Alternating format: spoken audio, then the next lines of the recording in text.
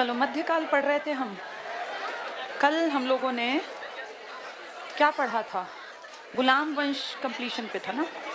कल इल्तुतमिश के बारे में पढ़ के रजिया सुल्तान तक शायद कहानी पहुंचने वाली थी। ठीक है, अब जल्दी से जितनी जल्दी हो सके आज गुलाम को पूरा करके खिलजी वंश की तरफ बढ़ते हैं, क्योंकि खिलजी टाइम कंज्यूमिंग है, उसमें टाइम लगेगा। इल्तुतमिश तो शायद मैंने पूरा करा दिया था, समझा पूरा दिया था, किताब से आधा पढ़ा था, वैसे समझा दिया था। इसके बाद हमने रजिया की बात भी कर ली थी। और बलबन, बलबन से पहले एक आदमी था नासिरुद्दीन। नासिरुद्दीन बहुत स्ट्रॉन्ग आदमी था। अब जो गधे हैं ना वो बोलते रहेंगे, बाकी जो समझदार हैं चुप होकर सुन लेंगे। नासिरुद्दीन महमूद दो कैरेक्टर हैं हिस्ट्री में जो काम के हैं, वैसे तो कई हुए। नासिरुद्दीन महमूद ये वो है जिसके टाइम में बलबन बहुत ताकतवर बन गया, और बलबन के ताकतवर बनने का कारण था रजिया के बाद इसके किसी भी भाई का ताकतवर ना होना, और रजिया के भाइयों की कमजोरी के कारण एक नई पोस्ट बन गई थी जिसको नाम दिया था नायब ए ममलिकात। और अब इनकी सल्तनत के 3 मालिक थे इस नायब के बनने के बाद। सबसे स्ट्रॉन्ग पोजीशन में सुल्तान, लेकिन अब सुल्तान क्योंकि रजिया के बाद कामयाब नहीं है तो सुल्तान कठपुतली हैं, और सुल्तान की पावर यूज कर रहा है नायब ए ममलिकात। और एक बहुत बड़ी पोस्ट है वजीर की, जिसको आप प्राइम मिनिस्टर कह सकते हैं, आज का प्राइम मिनिस्टर। तो सोचो, एक प्रेसिडेंट की तरह एक प्राइम मिनिस्टर, एक प्रेसिडेंट के बिहाफ पे काम करने वाला।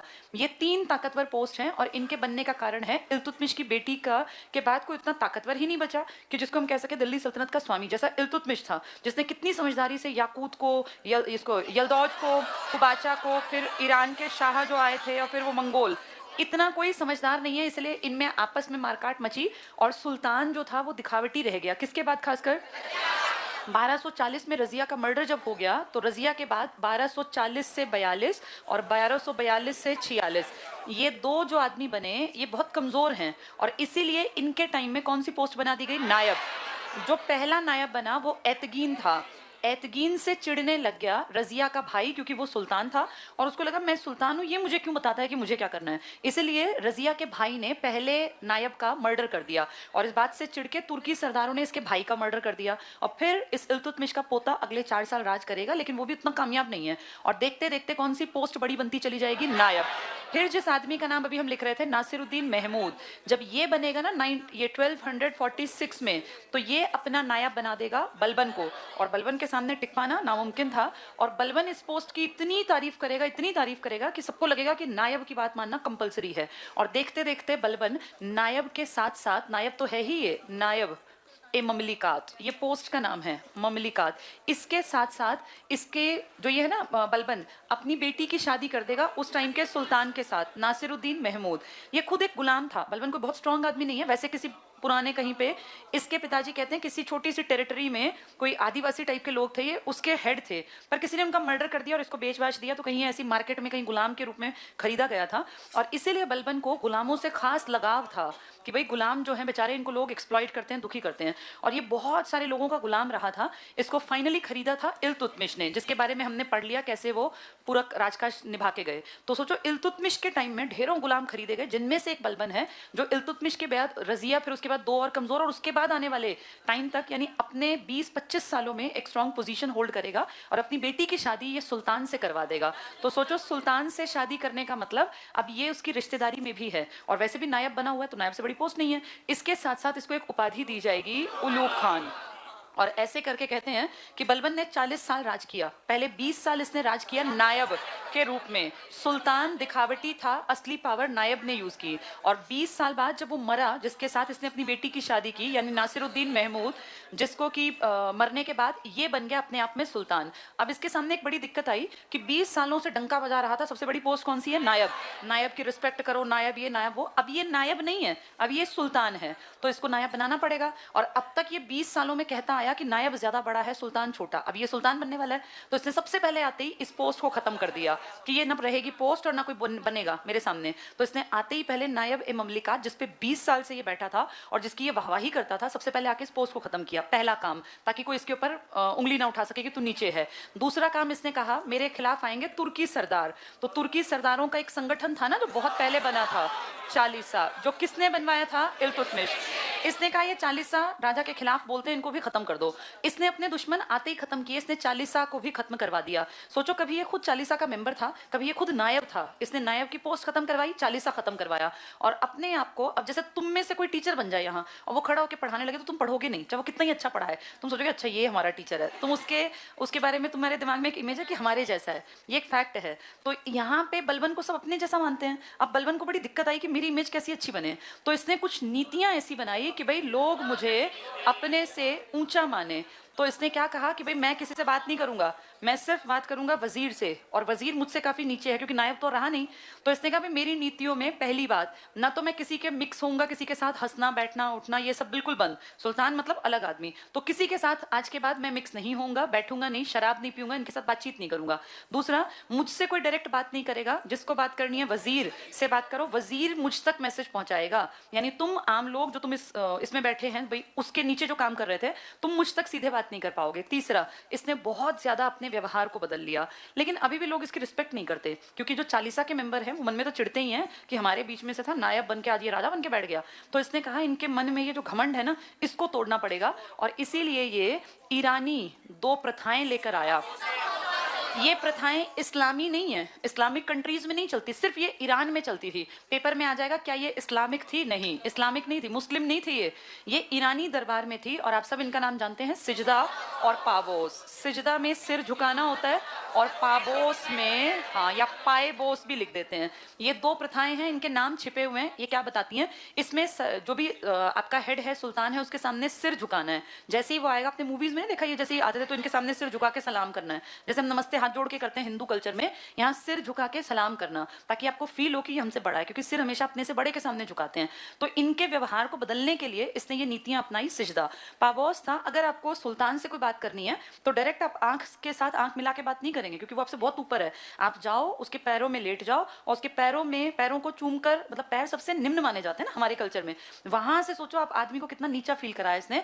ये इसलिए ताकि ये सीधे रहे, वरना ये इसको राजा ही ना माने, ये तो इसके साथ के ही थे। तो अपने बीच के लोगों के बीच में से उठ के और राजा बनना, सुल्तान बनना बड़ी बात थी। इसलिए इसने सिजदा और पाबोस को ईरानी दरबार से उठा के अपने दिल्ली सल्तनत के दरबार में कंपलसरी कर दिया।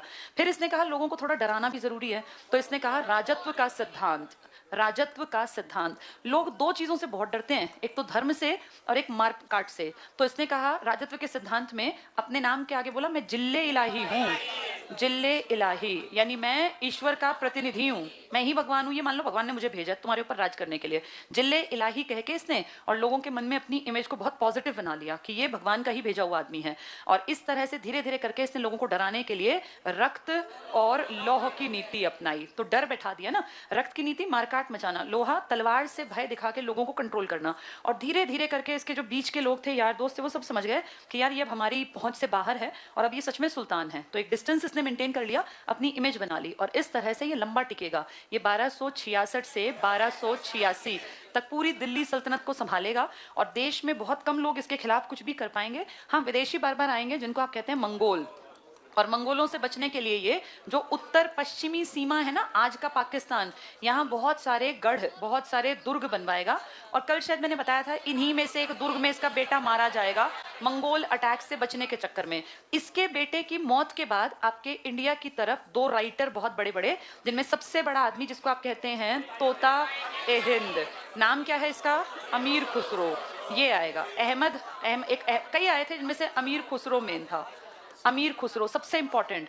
अमीर खुसरो इसके बेटे के दरबार में था, वहीं आराम से जीवन काट रहा था, लेकिन जब अटैक हुआ मंगोलों का, इसका बेटा मर गया। तो अब ये जो राइटर और गायक होते हैं कहाँ जाएं? इनको तो किसी के अंडर ही तो रहना पड़ता है। इसलिए वहां से उठ के ये बलबन के दरबार में आएगा, लेकिन बलबन इस दुख में मर जाएगा कि मेरा बेटा मर गया। इसके 2 बेटे थे, जिनमें से एक मारा गया कि उतना काबिल नहीं था, और इसीलिए इसके देखते देखते जब ये मर गया 1290 महज 4 साल में एक तुर्की लेकिन आदिवासी टाइप के लोग क्रांति करेंगे, और वो कहेंगे तुर्की अमीर कौन है, हम भी तुर्की ही हैं। जबकि तुर्की कहेंगे कि तुम लोग तो आदिवासी हो, पिछड़े हुए हो, लेकिन ये क्रांति करके और तुर्की के सिर पे हावी हो जाएंगे, और देश में, हमारे देश के आसपास एक क्रांति करेंगे, ये खिलजी क्रांति।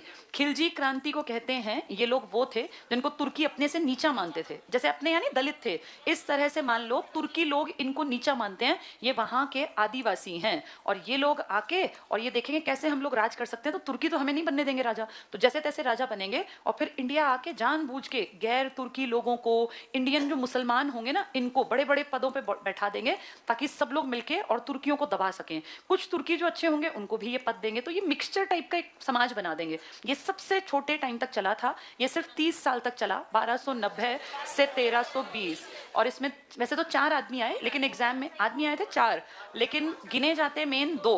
इन दोनों में सबसे पहला नाम जलालुद्दीन फिरोज खिलजी और दूसरा नाम अलाउद्दीन।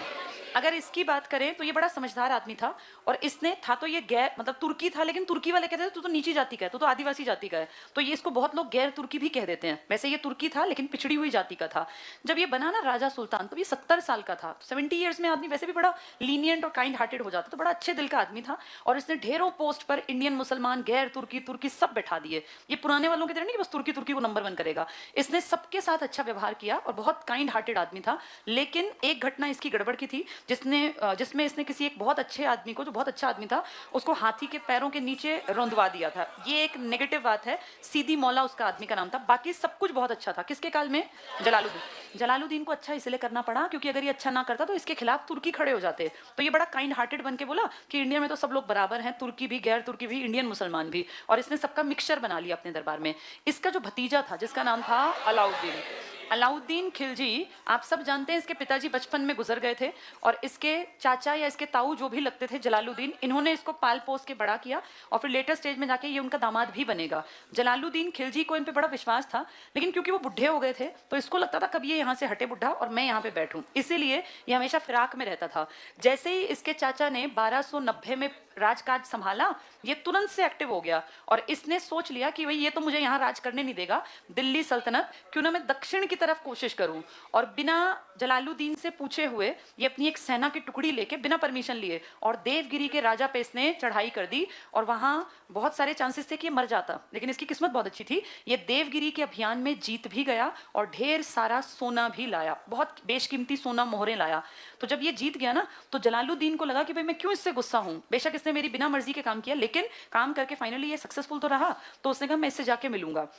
जब ये वापसी में आ रहा था तो दिल्ली से कहीं नीचे, मतलब महाराष्ट्र और दिल्ली के बीच की जगह पर ये आपस में मिले, और मिलने के बाद वो तो बहुत साफ दिल का था, उसको लगा भाई भतीजा है, काबिल है, अच्छी बात है, लेकिन उसके मन में था जिस दिन से वो जीता था ना कि मैं काबिल हूँ राजा बनने के, और ये बुढ़ा जब तक नहीं मरेगा तब तक मुझे सीट नहीं मिलेगी, इसलिए जैसे ही मैं दिल्ली जाऊंगा तो पहला टारगेट बना के मैं इसको मार दूंगा, जलालुद्दीन खिलजी को। और जैसे ही ये दोनों मिले, इसने सबसे पहला काम किया उसको मारने का।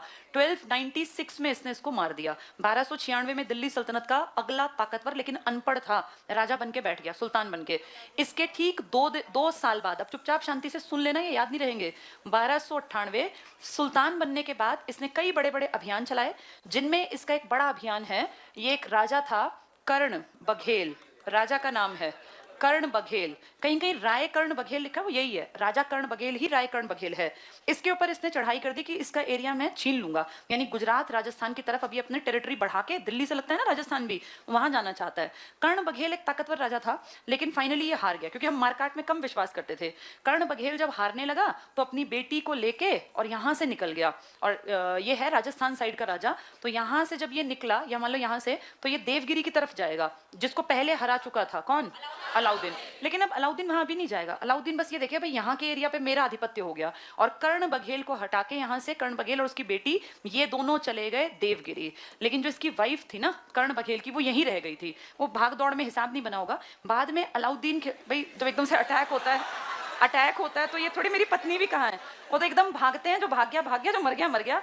इसकी पत्नी बड़ी चालाक थी, इसकी पत्नी ने अलाउद्दीन खिलजी से शादी कर ली। तो अलाउद्दीन खिलजी दिल्ली सल्तनत का राजा। अब सुनो ध्यान से, बस अब सुन लो, ये जब पढ़ाऊंगी ना तो तुम्हें समझ में नहीं आएंगी, वरना अलाउद्दीन खिलजी की पत्नी अब राय कर्ण बघेल की वाइफ है, और अब वो उससे कहेगी कि मुझे अपनी बेटी से मिलना है, जो कि कहां पर है। इसलिए अगला अभियान देवगिरी पर होगा। पहला अभियान जो था ना, वो तो अपने ताऊ के या चाचा के बंधन से निकलने के लिए था। अब कर्ण बघेल की बेटी क्योंकि देवगिरी में है, तो अब कर्ण बघेल की बेटी से मिलने के चक्कर में अलाउद्दीन खिलजी वापस से अटैक करेगा, क्योंकि उसकी पत्नी कह रही है कि मुझे देवगिरी से अपनी बेटी को बुलाना है या उससे मिलना है। एक अटैक फिर 1-2 साल बाद होगा। ये 5-6 साल की घटनाएं हैं। 98 के बाद दूसरा बड़ा अटैक 1299 में 1301 तक चलेगा। इसके बाद आएगा वो देवगिरी वाला। इसमें क्या होगा, आपके यहाँ के लोगों की एक बहुत बड़ी बात होती है कि हमने जबान दे दी, अब हम इस काम को करेंगे। आपके यहाँ एक राजा है, जो बहुत शांत और अच्छा आदमी है, बहुत इंटेलिजेंट है, उसके पास एक किला है, अभेद्य किला, इसमें कोई घुस नहीं सकता अगर राजा ना चाहे, इतना ताकतवर, बढ़िया इसकी मजबूत दीवारें हैं। अब इस आदमी के बढ़िया सब कुछ चल रहा है, सारा राज्य खुशहाली है, टैक्स आता है, बढ़िया सब कुछ। अचानक से कुछ दिन विदेशी भाग के आए हुए मंगोल इसके पास आते हैं, और लगभग कहीं लिखा है 2000, कहीं लिखा है 4000, भी हमें एग्जैक्टली नहीं पता।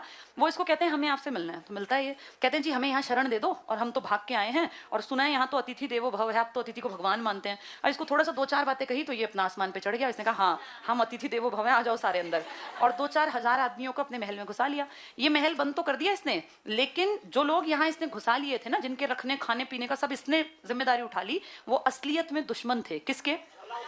अलाउद्दीन के। तो अलाउद्दीन उनको ढूंढता ढूंढता आया, उसको पता चला ये यहाँ घुस गए, तो उसने यहाँ मैसेज भिजवाया कि देखो जिनको तुमने ये शरण दी है ना, ये मेरे दुश्मन है, मेरी तुमसे कोई दुश्मनी नहीं, लेकिन अगर तुम मेरे दुश्मनों को यहाँ पालोगे तो फिर मुझे तुमसे लड़ना पड़ेगा।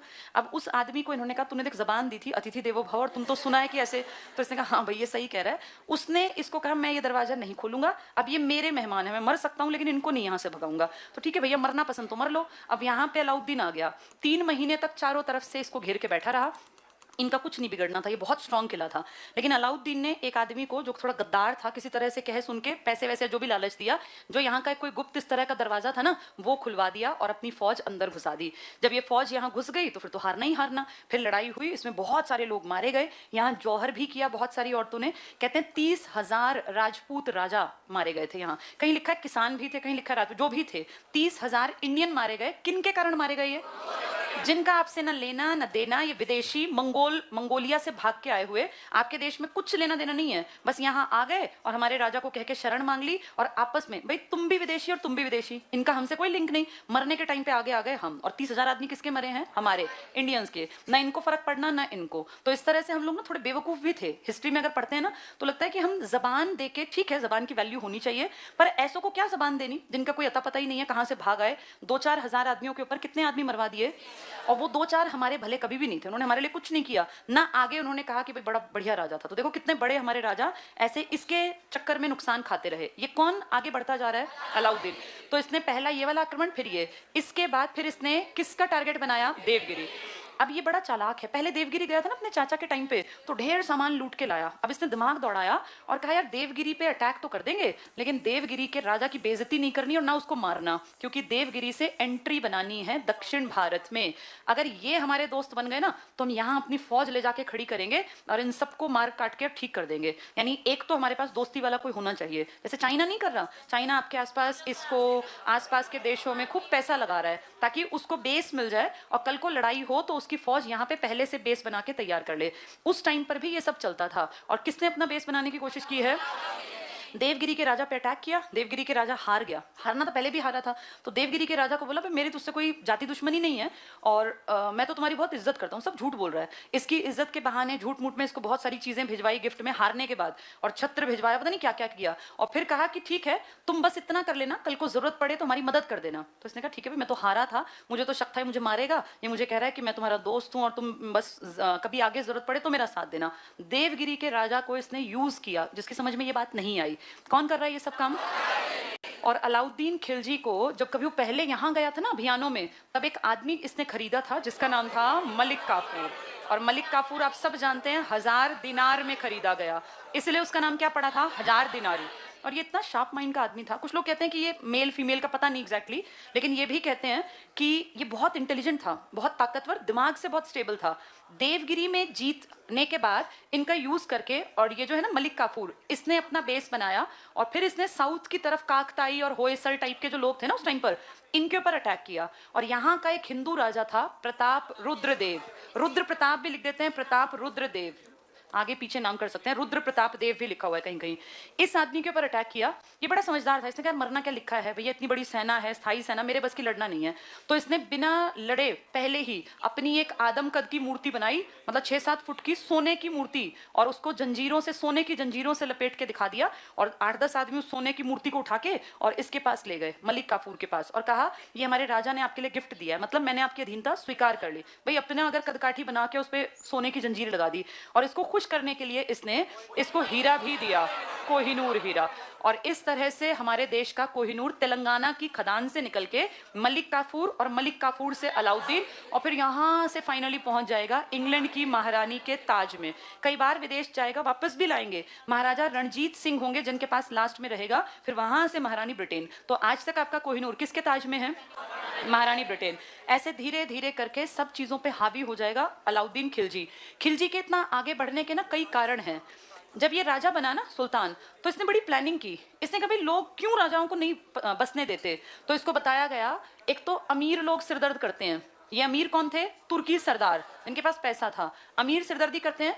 एक ये लोग जो है ना, ये आपके खिलाफ षड्यंत्र रचते हैं, बहुत सारे लोग। और तीसरा, इन लोगों के पास बहुत इजीली अवेलेबल है शराब, तो शराब पी के ये इकट्ठे होकर आपके खिलाफ षड्यंत्र करते हैं। इसने ये पता लगवाया, तो इसने कहा मैं क्या करूं कि ये सब खत्म हो जाए। बड़ा आसान है, अमीरों को जो फ्री की जमीन दे रखी है ना, छीन लो वापस। इनको बहुत सारी जमीन दे रखी थी खुश होकर पुराने राजाओं ने। इसने कहा ये जमीन तुम्हारी नहीं है, वापस करो, चाहे वक्फ बोर्ड की है, चाहे तुम्हें फ्री में मिली, सब वापस करो। ये खालसा जमीन है। खालसा भूमि होती थी राज्य की भूमि, मतलब सुल्तान की, जिसपे राज्य का या सुल्तान का हक है। तो ये अमीर जो फालतू में बैठ के खा रहे थे ना, इनके हजारों रुपयों का सिर्फ फ्री की भूमि से आ रहा था, सब छीन लिया। अब अमीर भी रोटी कमाने की सोचेंगे, जो रोटी की सोचेगा वो गलत रास्ता पकड़ेगा ही नहीं, पहला पॉइंट। दूसरा, षड्यंत्र कब करते हैं? जब ये शराब पीते हैं। शराब पे पाबंदी लगा दो, मद्य निषेध कर दो, कोई शराब नहीं पिएगा। अब शराब नहीं पिएंगे तो दिमाग ठिकाने रहेगा, और दिमाग ठिकाने रहेगा तो षड्यंत्र से भी बचे रहेंगे। षड्यंत्र फिर भी बन गए तो गुप्तचर प्रणाली को इतनी ताकतवर कर दो, मुझे एक एक आदमी की खबर हो जो मेरे खिलाफ कोई भी स्टेप लेता है। यानी इसने बहुत सोच समझ के अपने दुश्मनों को रास्ते से हटाने का पूरा खाका तैयार कर लिया। और इसने कहा ये जो अमीर है ना, ये इकट्ठे जो बैठते हैं, समारोह करते हैं, इकट्ठे बैठते हैं, ये सब बंद कर दो। ना कोई त्योहार मनाने की जरूरत इनको इकट्ठे, ना इकट्ठे बैठने की। तो इसने बड़ा सोच समझ के प्लानिंग करके अपने विरोधियों को जड़ से खत्म करने का टारगेट बनाया, और धीरे धीरे करके इसने हर चीज को कंट्रोल कर लिया। जैसे लंबा टिकने के लिए ना चीजों पे कंट्रोल होना बहुत जरूरी होता है। इसने पूरे बाजार पे नियंत्रण कर लिया। बाजार नियंत्रण बहुत बड़ी चीज थी। हर चीज का एमआरपी कम बेच सकता न ज्यादा। दूसरा, इसने बहुत ताकतवर स्थायी सेना बना ली, तभी तो प्रताप रुद्र देव ने अपनी सोने की जंजीर वाली वो बनवाई, वरना क्यों। तीसरा, इसने सेना का ही पार्ट है हुलिये लिखना और घोड़े दागना। हुलिया और घोड़े सेना का पार्ट है। तो ये दो बहुत इंपॉर्टेंट चीजें हैं जिसके लिए ये पढ़ा जाता है कि अलाउद्दीन ने क्या किया। जल्दी से किताब उठाओ, और बलबन तक हम शायद पहुंचे थे, इल्तुतमिश तक। पेज नंबर 14 पर थे, और कितना पढ़ लिया था? 40। ठीक है। अच्छा, टकसाल से कल मैंने आपको टकसाल लिखवाई थी ना। कितनी टकसाल हैं आपके यहाँ? 4। हैदराबाद में 2 हैं, एक यूपी नोएडा, एक मुंबई, और एक अलीपुर कलकत्ता। सबसे पुरानी और बड़ी कलकत्ता वाली। चलो ठीक है, जल्दी से आगे बढ़ेंगे। कल हम लोगों ने वो टकसाल का नाम पढ़ा था। नेक्स्ट पॉइंट देखो, 40 के बाद दूसरा पॉइंट था, सिक्कों पर इल्तुतमिश ने अपना उल्लेख खलीफा के प्रतिनिधि के रूप में किया। सिक्कों पर टकसाल का नाम लिखवाने की परंपरा शुरू की, ये हमने कल पढ़ लिया था। ग्वालियर की विजय के बाद इल्तुतमिश ने अपनी बेटी रजिया का नाम सिक्कों पर अंकित करवाया। इसका मतलब इसकी इच्छा थी कि मेरी बेटी राज करे। एक पॉइंट छोड़ के अगला टिक करना। उसने लाहौर के स्थान पर दिल्ली को राजधानी बनाया। लाहौर डर से बना रखी थी, किसने? ऐबक ने, क्योंकि यलदौज कुबाचा टेंशन थी उसके लिए। नेक्स्ट टिक करना। मुद्रा प्रणाली में सुधार किया। पहला तुर्क शासक जिसने शुद्ध अरबी सिक्के चलाए। 2 सिक्के इंपॉर्टेंट टिक कर लो, चांदी का टंका और तांबे का जीतल। नेक्स्ट भी टिक करना। इक्ता मैंने बताया था ना आपको, एरिया का हेड था, टैक्स के रूप में सैनिकों का वेतन। ये टिक कर लो। इक्ता की शासन व्यवस्था, सुल्तान की सेना का निर्माण किया। ठीक है, तो इक्तादार थे जिनको वेतन के बदले में तुम्हें प्रॉपर्टी दे दी, तो इक्तादार। आगे जाके यही तो अमीर बने, और फिर इन अमीरों को किसने लाइन पे लगाया? अलाउद्दीन खिलजी, क्योंकि ये सिर पे बैठ गए थे। नेक्स्ट भी टिक करना। इल्तुतमिश ने इक्ता संस्था का प्रयोग भारतीय समाज की सामंतवादी व्यवस्था, ये सामंतवादी अपने इंडियन कल्चर में थी जो पुराने राजा थे, तो उसको खत्म करके मुस्लिम लोग क्या लाए? इक्ता। और आगे जाके अकबर बनाएगा मनसब। ये टिक कर लो। भारतीय समाज की सामंतवादी व्यवस्था को समाप्त करने, साम्राज्य के दूरस्थ भागों को केंद्र के साथ जोड़ने का एक साधन के रूप में। एक पॉइंट छोड़ दो, अगला टिक करना। इल्तुतमिश निसंदेह गुलाम वंश का वास्तविक संस्थापक था, तो सारे रिफॉर्म्स किसने किए थे? इल्तुतमिश ने। नेक्स्ट भी टिक करना। इल्तुतमिश के शासन का मुख्य आधार विदेशी मुसलमान थे। उसने सुल्तान के पद को वंशानुगत बनाया कि भाई मेरा ही वंशज बैठेगा। उसने अपने उत्तराधिकारी के रूप में ज्येष्ठ पुत्र का चयन करने की सामान्य प्रथा को तोड़ दिया और अपनी पुत्री रजिया को अपना उत्तराधिकारी नियुक्त किया। मैंने बताया था इसका बेटा मर गया था। सुल्तानगढ़ी का मकबरा 1229 में, जब खलीफा ने परमिशन दी थी। नेक्स्ट टिक करना। इल्तुतमिश की मृत्यु के बाद तुर्की अमीरों ने उसके बेटे रुकनुद्दीन को गद्दी पर बैठाया, लेकिन ये रुकनुद्दीन बहुत नालायक था, और इसकी माँ जो थी ना, वो बन गई शासिका, और थोड़ी पागल औरत थी, पुराने लोगों से बदला लेती थी, तो ज्यादा नहीं टिकी वो। नेक्स्ट टिक करना। रुकनुद्दीन के समय में उसकी मां शाह तुर्कान के हाथ में वास्तविक सत्ता थी। वो अति महत्वाकांक्षी और निर्दयी महिला थी। जनता ने अपदस्थ कर रजिया को सुल्तान बनाया। तो जनता ने कहा इसका भाई तो नालायक है, यही ठीक है लड़की, इसको बना दिया राजा। रजिया टिक कर लो 36 से 40। ग्वालियर से लौटकर इल्तुतमिश ने रजिया को अपना उत्तराधिकारी घोषित किया और चांदी के टके पर उसका नाम अंकित करवाया। यानी उसने अपने रहते रहते जो वो वंशानुगत का सिद्धांत था बड़े बेटे वाला, वो हटा दिया था। एक पॉइंट छोड़ के अगला पॉइंट टिक करना। रजिया के काल से ही राजतंत्र और तुर्की सरदारों के बीच संघर्ष आरंभ हुआ। तुर्की सरदार क्यों चिढ़ने लग गए? क्योंकि इसने गैर तुर्कियों को पद दे दिए। नेक्स्ट टिक करना। रजिया के मामले में पहली बार दिल्ली की जनता ने उत्तराधिकार के प्रश्न पर स्वयं निर्णय लिया। दिल्ली की जनता ने इसके भाई से दुखी होकर निर्णय लिया, क्योंकि इसका भाई कौन था? वो रुकनुद्दीन, जिसकी माँ का नाम था शाह तुर्कान। तो नालायक औरत थी, सारे डिसीजंस गलत लेती। लोगों ने कहा इस पागल औरत से बढ़िया तो रजिया को बैठाओ। ये जनता ने पहली बार स्वयं निर्णय लिया, दिल्ली की जनता ने। याद है लाहौर की जनता ने ऐबक को कहा था कि आप बैठ जाओ गद्दी पर, वो लाहौर की जनता, ये दिल्ली की।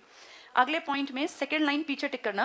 अमीरों ने रजिया का विरोध किया। ये अमीर क्यों चिढ़ रहे हैं? क्योंकि गैर तुर्की लोगों को जमीनें मिलेंगी, वो अमीर बनेंगे तो इनके दुश्मन बन जाएंगे। नेक्स्ट टिक करना। रजिया ने पर्दा प्रथा का त्याग कर दिया। पुरुषों के समान कुबा, जिसको काबा भी लिख देते हैं, कोट और कुलह या कुलाह टोपी पहनकर दरबार में बैठती, शासन का कार्य स्वयं संभालती थी।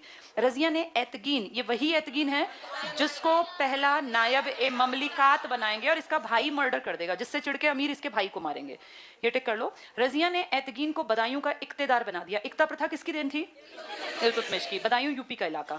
नेक्स्ट लाइन पीछे टिक करना। अल्तुनिया को तबर हिंद या भटिंडा का इक्तेदार बनाया।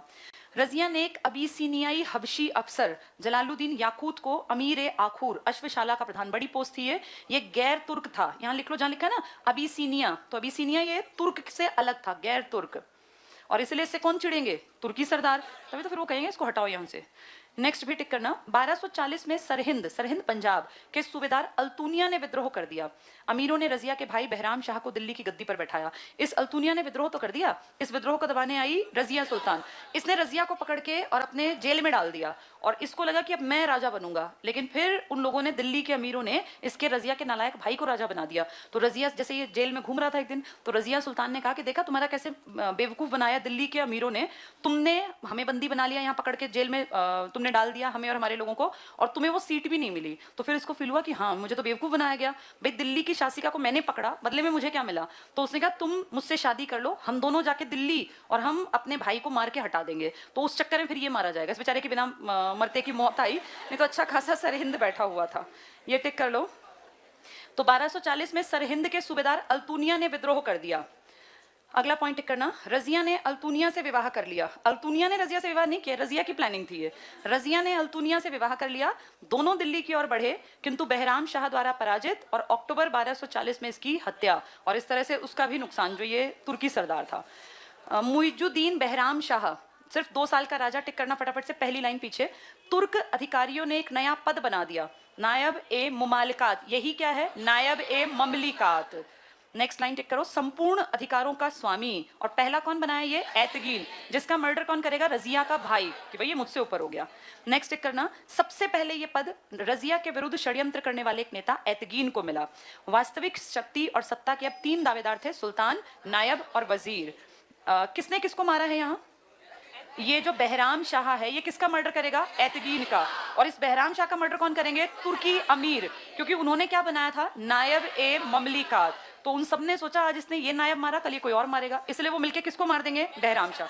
आज का लास्ट ये टिक कर लो। अलाउद्दीन मसूद शाह, ये इल्तुतमिश का पोता है। तो इल्तुतमिश की बेटी मारी गई, अब उससे अगला उसका भाई मारा गया, उसका पोता।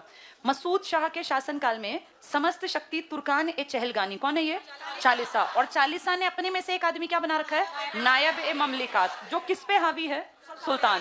पहला कौन है नायब? एतगीन, जिसका मर्डर किसने किया? बहराम शाह। किसका भाई है? रजिया का। और इसलिए अब ये हावी हो गए। चलो नसीरुद्दीन महमूद कल पढ़ेंगे।